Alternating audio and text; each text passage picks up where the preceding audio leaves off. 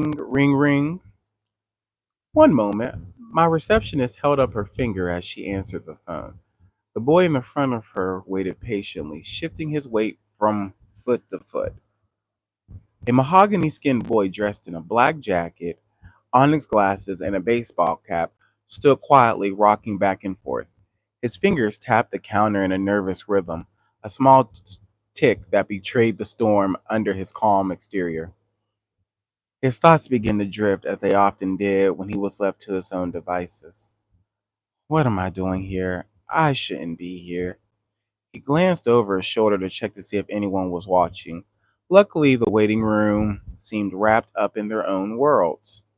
Sorry about that, the receptionist hung up and folded her hands with a polite smile. How may I help you? He snapped back into reality, trying to avoid looking as if he'd been lost in thought. In his mind, therapy was for crazy people, and he was no such thing. Yet somehow, sitting in this waiting room felt more familiar, more comforting than playing hopscotch in front of his childhood home. Was he crazy? He supposed he'd find out soon enough. Yes, his voice faltered, then dropped to a whisper. My name is Kayden. Kayden Garcia. I'm here to see the therapist. I'm sorry? The receptionist leaned forward, trying to catch his voice like a child chasing a drifting feather.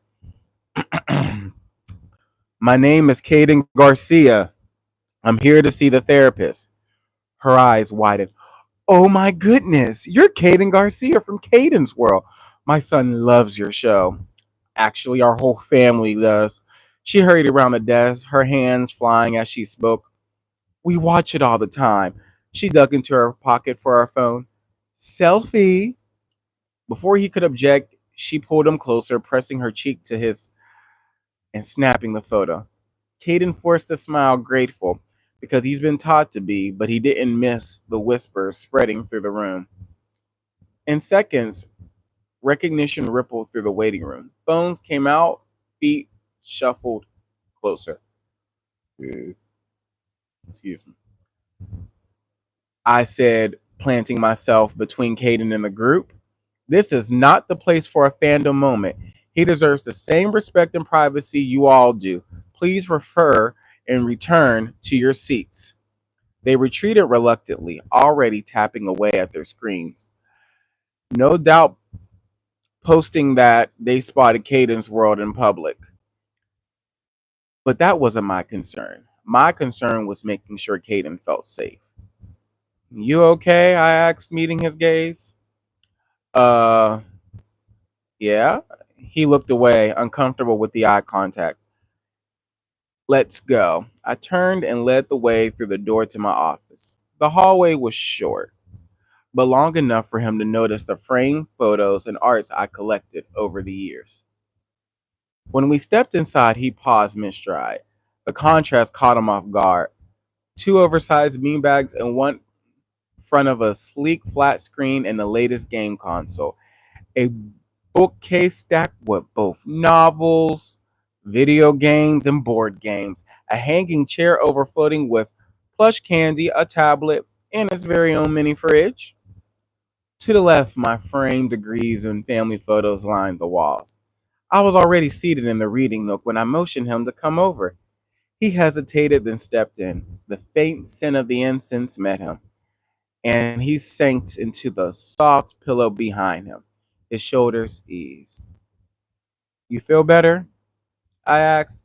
He nodded. The tiniest flicker of a smile crossed his face. Yeah, I guess. Good, I said, leaning back. Because in here, you don't have to be Kayden Garcia from Kayden's World. You can just be Kayden.